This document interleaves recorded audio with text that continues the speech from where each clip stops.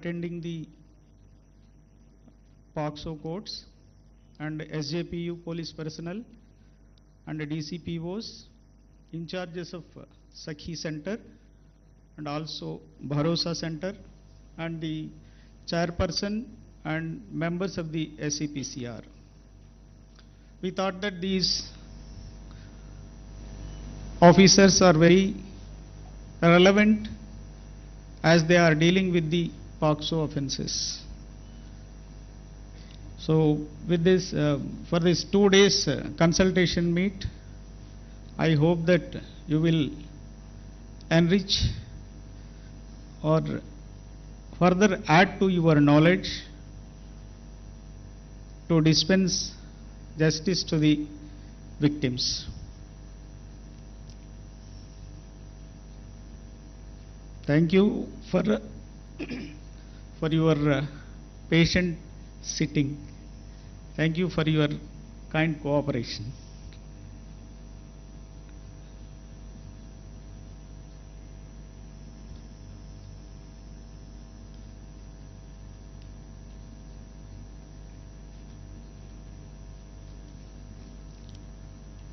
For my officers, I wanted to convey the message. Now the Honorable Supreme Court of India, the Honorable the Chief Justice of India and the executive dignitaries arriving. Rakesh.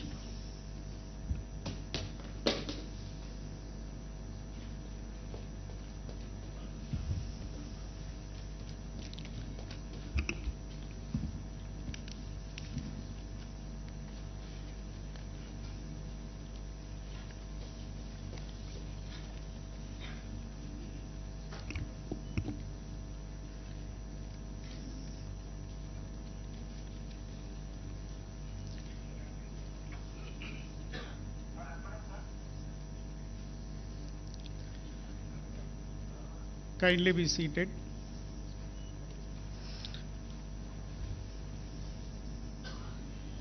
And namaskar and a very good morning to one and all present over here in the state level stakeholders consultation meet 2025. Before we begin with today's consultation meet, let us take a moment to acknowledge one of the most urgent responsibilities we share as individuals, as professions and as a society.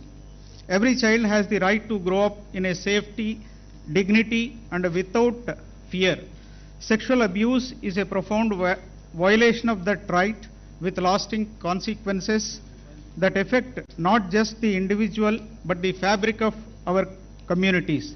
It is our duty to ensure that survivors are heard, believed and supported, and that system of prevention, justice and care are strengthened and enforced.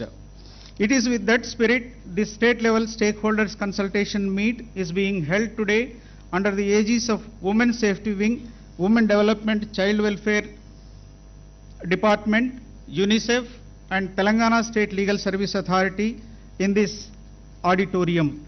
Dr. Sri.A.Revanth, Human Resource Development, Hyderabad, in the august presence of my Lord Honorable Sri Justice Suryakanth, Judge, Supreme Court of India and Executive Chairman, NALSA, and the Honorable Chief Minister of Telangana, Honorable Sri.A.Revanth Reddy Garu, and my Lords, Honorable Sri Justice Sujaypal Garu, Acting Chief Justice for the State of Telangana and Patron-in-Chief of Telangana State Legal Service Authority, and Honorable Sri Justice P. Samkoshi Garu, Judge, High Court for the State of Telangana and Executive Chairman of SALSA, and other honorable judges of the High Court and other dignitaries, a very good morning. I, Panchakshri, Member Secretary, Telangana State Legal Service Authority, on behalf of all the 4 departments, I welcome you to this consultation meet. The dignitaries of the dais, participants present over here who have graced the occasion, ladies and gentlemen, to the city of pearls and a historic and culturally rich metropolis, Hyderabad. We are deeply honored to have among us a galaxy of distinguished dignitaries whose presence today elevates the significance of this occasion. May I now invite our today's chief guest, Honorable Sri Justice Suryakanth Garu, Judge, Supreme Court of India and Executive Chairman, National Legal Service Authority, to kindly grace the dais. I request Sri D. Kiran Kumar Garu, Secretary DLSA, to escort the Honorable Suryakanth Garu. Now I humbly invite today's our guest of honor, Honorable Sri.A.Revanth Reddy Garu, Chief Minister of Telangana State, to kindly adorn the dais, and I request M.A. Javed Pasha Garu to kindly conduct our esteemed guest. Now I humbly invite today's our guest of honor, Honorable Sri Justice Sujaypal Garu, Acting Chief Justice, High Court for the State of Telangana and Patron-in-Chief, to kindly adorn the dais, and I request Vikram Garu to conduct our esteemed guest to the dais. Now I humbly request respected Dr. Jitendra, IPS, Director General of Police, Telangana, to kindly join us on the dais.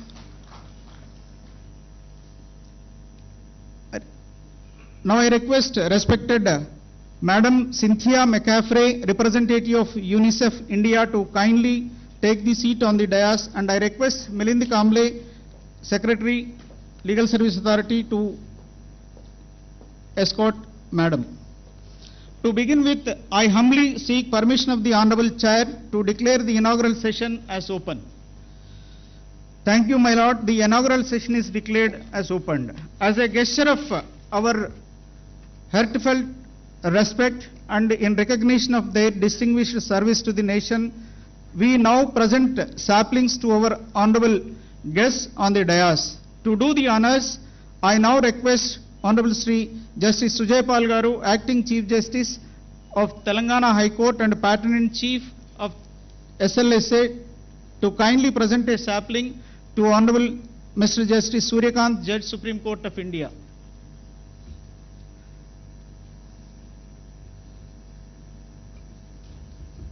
Sapling.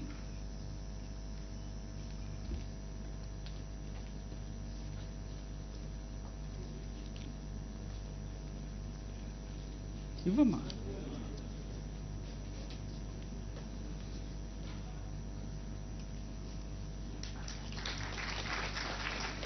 May I now request Honorable Justice Moushami Bhattacharya Madam, Judge, High Court for the State of Telangana, to present a sapling. No, Sorry, Milord. I request Honorable Sri Justice P. Samkoshi Garu, Judge, High Court for the State of Telangana, to present a sapling to Honorable Sri Justice A.Revanth Reddy Garu.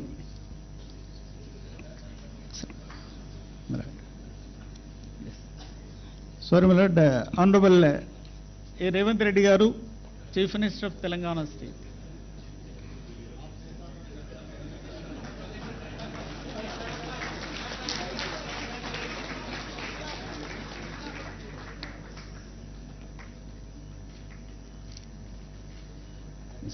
May I now request Honorable Madam Justice Moushami Bhattacharya Madam to present a sapling to Honorable Sri Justice Sujaypal Garu, Acting Chief Justice, High Court for the State of Telangana. May I now request Ms. Charu Sinha Madam, Additional DGP CID, Women Safety Wing, to present a sapling to Sri Dr. Jitendra, IPS, DGP Telangana. Now I request Sri Dr. Jalalam B. Tafassi, Chief Field of Office, to kindly present a sapling to Madam Cynthia McCaffrey, representative of UNICEF India.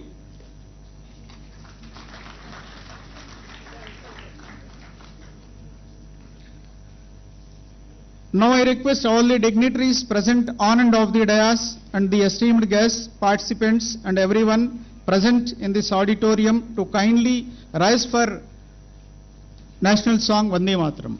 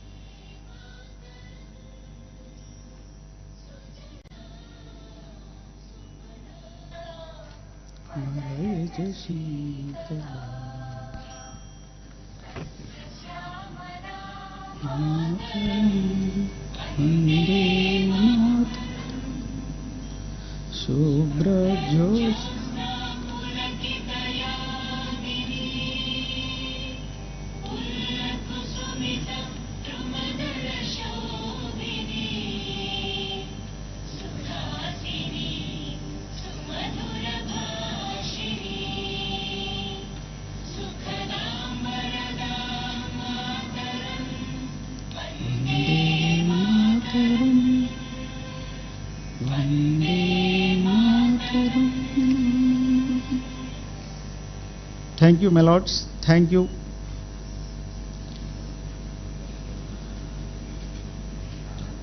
May I now request Madam Cynthia McCaffrey, representative of UNICEF India, to kindly deliver the welcome address. Madam, please.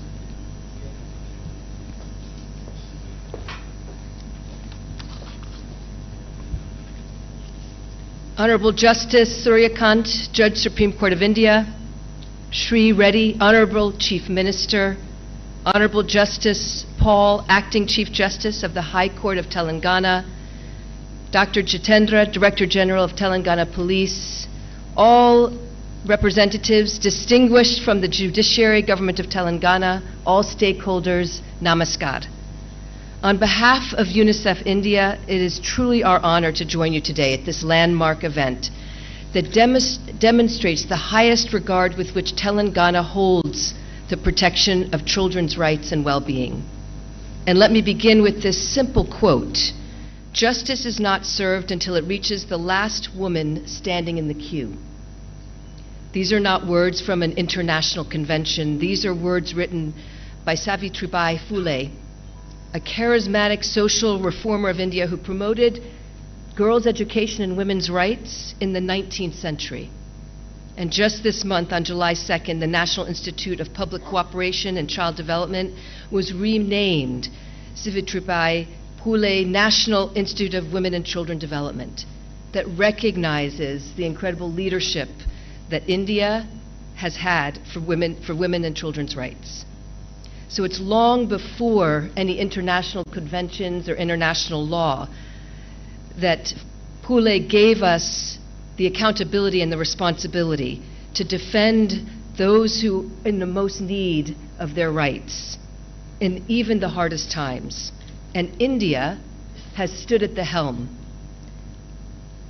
recognizing and also creating frameworks that are not just the minimum standard for children's rights, but constantly looking at how to ever expand the effort for children's rights and making sure that you're building a society that is a model across India, but also for the globe, to create a place where children can survive safely, but also to thrive and dream their dreams and reach their aspirations. So that's why it is particularly an honor to be here and to welcome all of us as we sit together with those of you who are creating the legal frameworks, and also those of you on the front lines, the first responders, police, judges, prosecutors, the social workers, counselors, our child-line functionaries, civil society, families and communities themselves, who are meeting and trying to respond to difficult cases that help children to survive but also rehabilitate and thrive. Let me emphasize the following points as we think about the next 2 days. Foundation. The Convention on the Rights of the Child is the most ratified convention in the world. It is a marker of global cooperation that we are here to protect children's rights and their well-being. And protecting them from violence, protecting them to be safe, is a bedrock, a cornerstone of all their other rights. If a child is safe, then we are able to build on that, their health, their nutrition, their education. And then with that, they can grow resiliently. And so can nations around the world. Second, obligation. When we think about that foundation of rights, it reminds us that a child's rights is not a nice thing to do or a charitable thing. It's our obligation, it's our responsibility. And it's the whole of society that has to do it. It's cross-disciplinary. As we will talk about more and more today, sexual violence is pervasive globally. And it's harmful in many ways and for many reasons, including some deeply entrenched social norms. And so how do we work together to create that social power and change the social dynamics that enable children, and particularly those marginalized children, especially girls, to be able to have those rights? And at the same time, how do we look at the types of barriers that you're looking at every day that helps ensure disclosure and justice for individuals at every level, in every aspect, institutional and societal? I've talked about these prevalence. So what does that mean? As we look at India, some of the figures, if we look at NFHS 5 data from 2019 to 2021, almost 40% of women, 39% of women across India between the ages of 25 and 49 report having had sexual contact before the age of 18. Within that age group, 10% report having had sexual contact before the age of 15. In addition, India, and this state, is not just looking at the present challenges, but we're also looking at upcoming challenges like the internet, which creates opportunities, but it's also creating a global market for child sexual abuse materials and nefarious opportunities. So that is our foundation, obligation, and the third is demonstration. Demonstrating that we can make change. And India has demonstrated how to make change through its strong legal and policy frameworks that protect children from sexual offenses online and offline. And it's commendable what India has done as we look at services that provide to survivors special courts, legal aid, support persons, one-stop centers, and other services that help rehabilitate children. And they build on strong foundations that we see in the Ministry of Women and Child Development through Shakti and Vatsalya missions. This demonstrates India's commitment, but also building these strong foundations and meeting its obligations for children. I'm glad to be here because I've had the opportunity to talk directly about Bharosa centers by the Telangana Women's Safety Wing, the SHE teams, the Bal Raksha Bhavans of all child protection services coming under one roof, converged in one place, which is what children need. The efforts made in Hyderabad to issue identity certificates, Aadhaar, caste, disability, to all children wherever they are, care institutions, and all of these initiatives that build child protection across the state. My fourth is steadfast action. It's important to demonstrate what we're doing, but at the same time, how do we continue to expand action and the care journey that's necessary for a child so that they have professional restorative help throughout their journey? December 19th has been declared the Day of Prevention of and Healing from Child Sexual Abuse. It calls for 3 actions, and I put them on the table for our discussions in the days ahead. First is strong legislation that meet global standards, that can be a model and can be steadfast. India, I'm happy to note, and as I've said, has done so. Second is a call for strong child protection systems with adequate resources. And we're seeing that as we look at Mission Vatsalya and Shakti.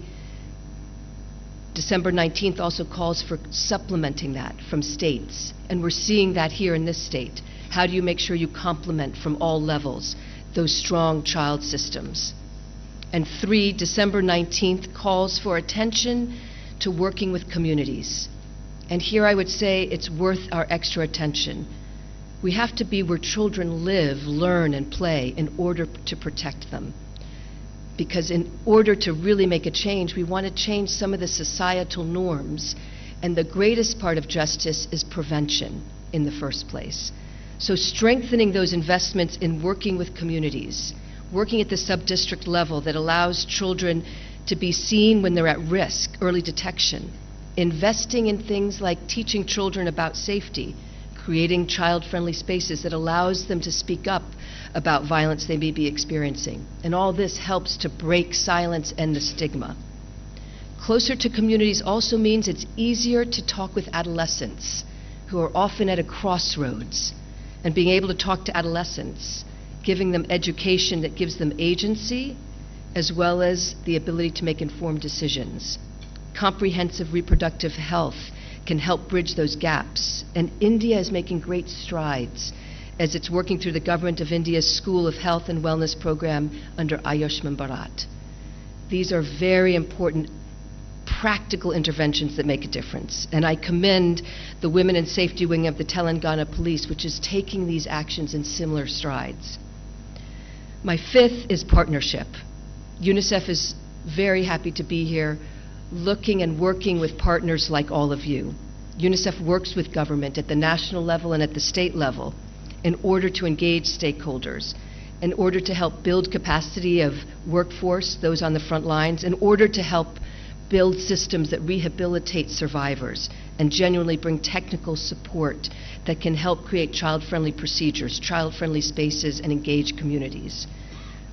So with that, I'd like to just reiterate the 5 points that I hope we build on here, and that UNICEF is committed to, not just rattling off and saying we do these things, but how do we expand them even further and bring the lessons that the state is proving here across India, but also how does UNICEF take that globally and help protect children around the world. So building the dreams into reality. The foundation, our obligations to meet that, demonstration, steadfast action, and genuine partnership together. And I think Dr. Ambedkar, he summed it up best when he said it is not enough to dream of a better world, one must work tirelessly to make it a reality. So thank you to all of you who work tirelessly to make it a reality. Thank you, Madam, for the warm welcome address. May I now request Sri Dr. Jitendra IPS, DGP Telangana, to address the participants. Sir, please.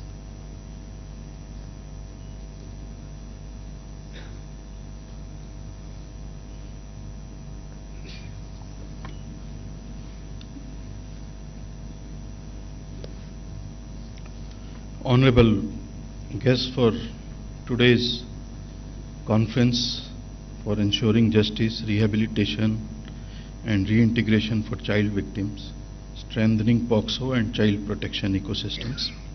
Honorable Justice Shri Surya-Kanth, Judge Supreme Court of India and Executive Chairman, National Legal Services Authority. Honorable Shri A.Revanth Reddy Garu, Chief Minister of Telangana State, Honorable Justice Sujay Paul, Acting Chief Justice, High Court of State of Telangana and Patron and Chief, Telangana State Legal Services Authority, Cynthia McFerray, representative of UNICEF in India, all the Honorable Justices of Telangana High Court, members of Judiciary, esteemed dignitaries, police and other government officials, civil rights experts, representatives of civil society and development partners, especially Ms. Charu Sinha, Chief of Women's Safety of Telangana Police, and Ms. Anita, Secretary for Women and Child Welfare Department, and all boys and girls, good morning.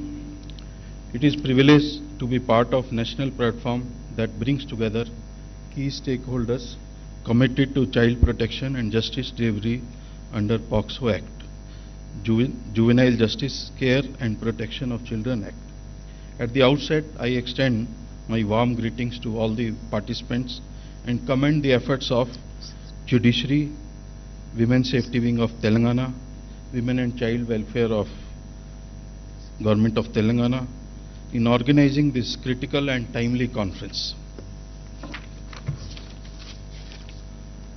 POCSO Act and the Juvenile Justice Care and Protection of Children Act are most significant legislations in this country towards child safety and dignity. Yet more than a decade after this enactment, we still face real challenges on the ground. Some challenges are like delays in trials, high rates of witness withdrawal, inadequate convergence between the systems, and most importantly, the risk of re-traumatizing the child while seeking justice. Conference rightly places its focus on rehabilitation and reintegration not as secondary aspects but as central pillars of the justice process. In Telangana, we have tried to respond to these gaps through a unique systemic innovation that Bharosa centers.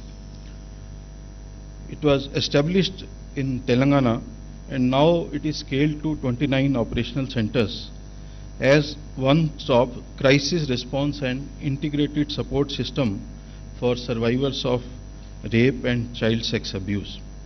It brings together police, legal, medical and psychological services under one roof, away from police stations and hospitals as is evidently required by the POCSO Act. Every center has a dedicated child-friendly counseling room with age-appropriate material toys, visual tools and calm spaces to reduce fear and anxiety among the victims. Child psychologists and counselors trained in child-specific communication methods as well as medical and paramedical support persons provide key roles during this BNSS statement, medical examinations and helping investigating officers elicit trauma-informed disclosures. Dedicated support persons and legal support staff ensure that child and family are not left to navigate the justice system alone. An enabling ecosystem for POCSO should not be an isolated initiative. It is just enabler for the justice. We now operate one of the country's most advanced child-friendly courtrooms, facilitated through Hyderabad Bharosa Center, where children can depose without entering into so-called intimidating courtrooms environment. Does not have to confront the accused and feel free as well as confident. This is being scaled across all the districts in the state of Telangana. Convergence between Bharosa and juvenile justice system, including CWCs, DCPWs, JJBs and the courts, should grow further to become a comprehensive model for inter-agency collaboration. We have built strong referral system, fast-tracked it, medico-legal processes and ensured timely access to victim compensation as well as established an emergency victim assistance fraud. Despite its progressive framework, the juvenile justice system continues to face some challenges.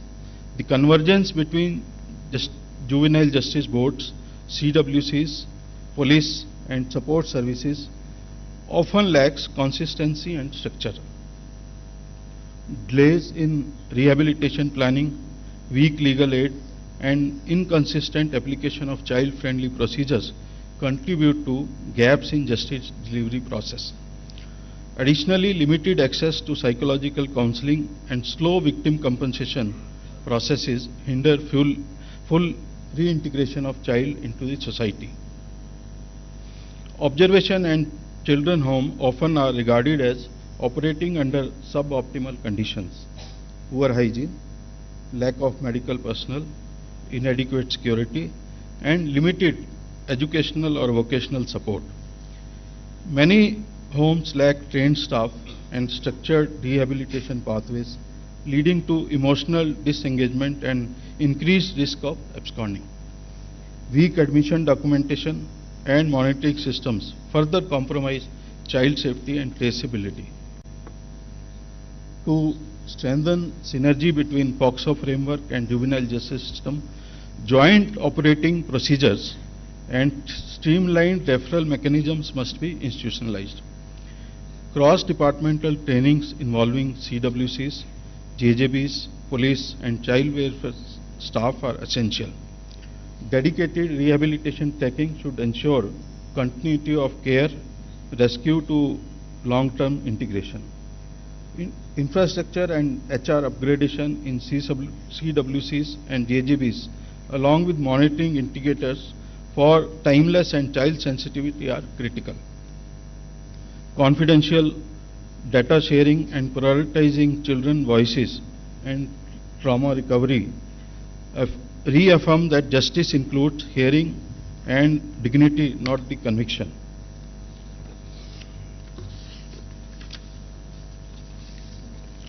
let the conference be a platform not just for deliberation but for commitment. Let us together reaffirm that justice for children is not just about conviction rates but about restoration, safety and healing. State of Telangana, under the leadership of our Honorable Chief Minister, is committed to strengthening the Bharosa model further and sharing our learnings to contribute to national and state frameworks. We welcome collaboration, innovation and shared vision for all present here. Let us all be together and take care of life and dignity of all people who deserve it. Thank you. Jai Hind. Thank you, sir, for your special address on this inaugural session. I now request Honorable Mr. Justice Sujaypal Garu, Acting Chief Justice, High Court for the State of Telangana and Pattern-in-Chief, Telangana State Legal Service Authority, to kindly illuminate us with your Honor's special address.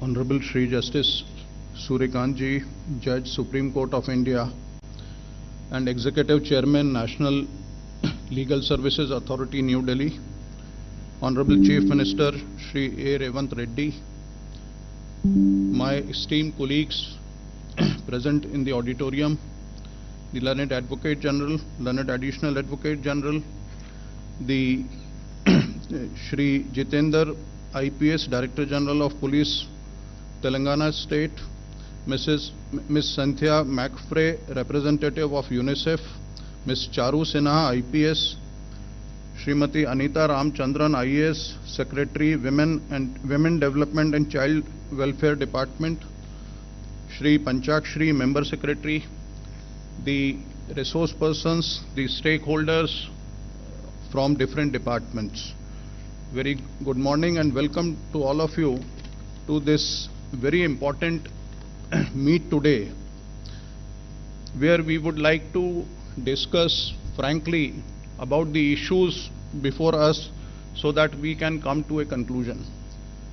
But before coming to that, I would like your attention on the very, very relevant data which will show us the picture regarding POCSO matters. In December 20, the pending cases in Telangana regarding POCSO were 5267. In December 21, it became 6828. In December 22, it became 10,589. Comparing from December 20, when it was 5267, in December 22, within 2 years, it became almost double, 10,589. In January 23, it was 10,605, and at present data is available up to October 24, where the figure was 8308. This alarming increase is only one aspect of which causes worry. The another aspect and the another data which is more alarming, which is more dangerous, is that 98% accused are either family members, relatives, friends or neighbors. And therefore, in such a situation, a child victim who is subjected to sexual abuse, it is very difficult to withstand the social pressure, and in most of the cases our experience is that that victim turns hostile because of the family and social pressure. In that event, what is very important to record conviction and stop this is the scientific evidence, the other circumstantial evidence. And therefore, the idea to bring everybody under one roof, that every stakeholder, the education, the police, the health department, the R&B, everybody who is taking care, who is the stakeholder, should be under one roof, so that we can identify the issues and solve the problems. I'll give a very small example, that when a child enters a school, her or his name is registered in admission register, we sometimes called as Dakhil Kharij register. A small overwriting in date of birth in that school register can give benefit to the accused if at later point of time that child is subjected to any sexual abuse. Likewise, as I said, that scientific evidence in cases of POCSO are very important. Now the Government of India has come up with a complete protocol of DNA, how to procure a sample, how to keep a sample, in which temperature it is to be kept, what is the shelf life, what is to be taken care of. And there is a judgment of Supreme Court on that, if I correctly remember, authored by Honorable Justice Bela Trivedi. The entire chain, the time from where the sample was taken and how it travels to the FSL and then how the report is prepared, this entire chain needs to be established meticulously. And even one break of chain anywhere ultimately gives benefit to the accused. A checklist can be prepared so that all these possibilities can be eradicated. These are very sensitive issues because ultimately victim is a person about which the organizers have rightly given the name that it is a conference for giving voice for the voiceless. So what my understanding is that in all these technical sessions where the experts and resource persons will address you, please feel free to tell you about your problems in your department which you are facing, and please interact with the resource persons, please interact with the other departments. I'll give a small example of a similar conference in my parent state. A young lady constable stood up in a session and she said that when we take the victim, the child with their parents after the sexual abuse to the hospital, we are required to wait for 5 hours, sometimes for 6 hours because the doctor is busy elsewhere. And it is such a traumatic thing for that small child and their family members that sometimes the family members withdraw their consent for the medical checkup. We discussed it in the conference and the head of the medical department stood up and he said that from Monday itself, we will prepare a roster where in every hospital a dedicated doctor will be there whose first responsibility will be to take care of and attend that child. So these are small things, but this makes a difference how we treat the child, how we give her an atmosphere and how sensitive we are. And therefore I'll request all of you that when a file comes before you as a judge or file comes before you in a FIR before a police station or a file comes as a doctor before you, please remember that the word file and life has same letters, L-I-F-E and F-I-L-E. And every file has a life within it. And therefore this session was rightly called as Voice for Voiceless. I'll end with the request that everybody should deal this matter, these aspects with utmost sensitivity. A poet said, अपना गम लेकर कहीं और न जाया जाए, अपना गम लेकर कहीं और न जाया जाए, घर में बिखरी हुई चीजों को सजाया जाए, घर से मस्जिद है बहुत दूर चलो यूं कर लें, घर से मस्जिद है बहुत दूर चलो यूं कर लें, किसी रोते हुए बच्चे को हंसाया जाए. Take your sorrow somewhere and don't let it be seen. Let's arrange these scattered things in the house. The place of worship is far from home. Let's take a walk. Let's make a crying child laugh. Thank you very much. Thank you, my lord, for the inspiring and thought-provoking special address on this occasion. May I now request Honorable Sri.A.Revanth Reddy Garu, the Chief Minister of Telangana State, to deliver special address. Sir, please.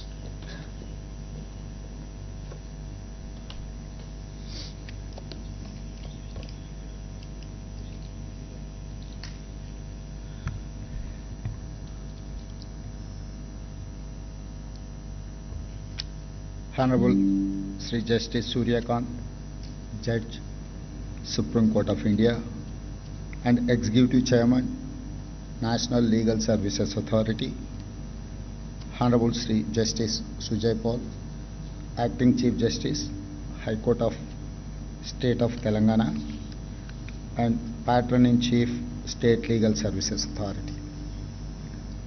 Respected members of Judiciary, senior police officers, Women and Child Department officials, legal services experts, UNICEF, civil society and development partners. I welcome you to this state-level conference. The theme, Voice for the Voiceless, is very important for our society. I congratulate the Telangana Police and other organizers for holding this conference. We must put child survivors at the center of our legal and moral framework in fighting this heinous crime against humanity. We have to protect our children from sexual abuse at any cost and with all means. My government gives top priority to the protection of children and women. Telangana Bharosa project has 29 centers. It provides police support, legal aid, medical assistance, and counseling in a friendly environment. Telangana pioneered child-friendly courts run by Hyderabad Bharosa Center. The goal is not just faster cases disposal, but total child protection and development.